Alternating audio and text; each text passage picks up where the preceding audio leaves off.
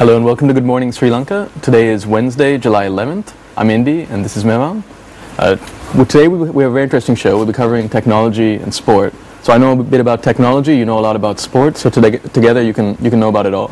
Yeah, sure, Indy. Very good morning to all our viewers out there at home. And let's get in with the sports first, I think. Yeah, of course, let's start with sport. So let's begin as always with cricket.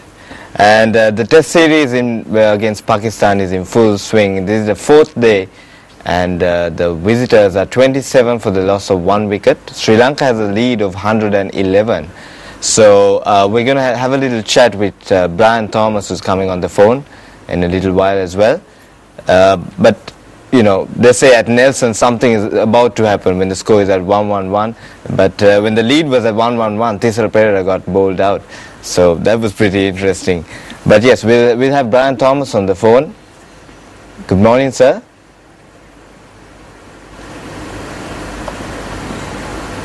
Okay, we'll come back to that later, but taking a look at some of the local sports, especially in the field of rugby, we got Papare.com providing us with some content. Unfortunately, we can't play some of the stills that we had lined up for you, but in the local rugby arena, we had Army Sports Club recording their first win for the season with a scoreline of 46-14, and Havelock Sports Club also who's looking very dominating in the season with some of the best players in the club arena, made a win against CHNFC, securing the Saranga Jayakodi Trophy with a scoreline of 51-13.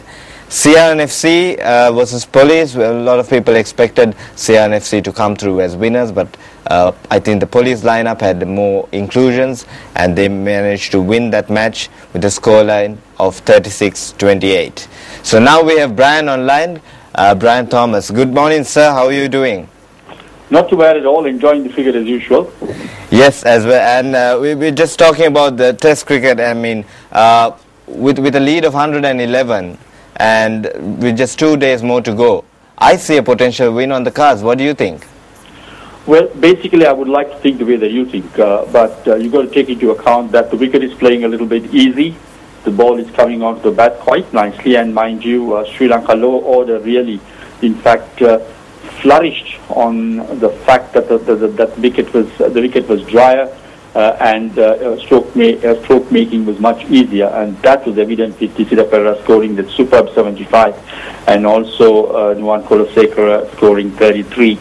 Having said that obviously there will be a little bit of assistance to the Sri Lankan seam bowlers, especially to Nuwan Kolasekara and Thisara Perera within the first hour of J4. The morning session is very important, not only for Pakistan. I mean, they just need to try and see through that difficult period. But if the Sri Lankans can nip in about, say, 3 wickets during that 1 hour period, then I reckon this test match is heading very much in favour of the Sri Lankans. Yes, and coming back to Thisara Perera, 2 weeks back on the show, we were talking about how he's going to be a brilliant test bowler. But, you know, 4 wickets and 75 runs with the bat. I think I would like to rephrase that as saying he's going to be a brilliant test all-rounder for the team. Yeah, spot on. Right. I mean, he is going to be one of those all-rounders that Sri Lanka can depend on in all 3 formats of the game. And Graham Ford, the South African coach, had made a statement saying that he certainly does emulate the great Lance Klusener of yesteryear. Lance Klusener was the man of the 1999 World Cup, and the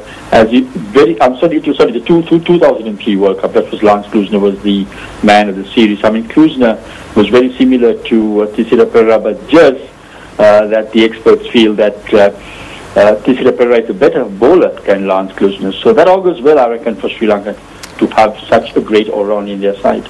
Yes, and also, unfortunately, Sanga, I mean, he got out on 192 times and he had to go for a duck in this match. What do you think? Is it just bad luck, sir, or does he get edgy towards the 200-ton mark? Yeah, as far as the first game is concerned, 199 not out. So very frankly, I mean, I put the blame completely on the scorers. I mean, the scorers should constantly check.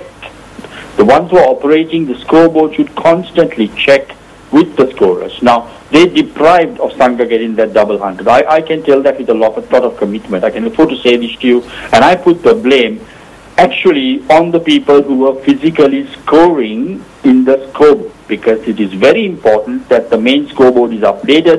That is the only aid that the players have while at the wickets, as much as the spectators who don't have an opportunity, the luxury of, let's say, televisions in their boxes. You know, there were so many spectators who were standing, so bad luck for Sangha. But as far as the 192 is concerned, I reckon it can happen. You know what I mean? He's such a professional player.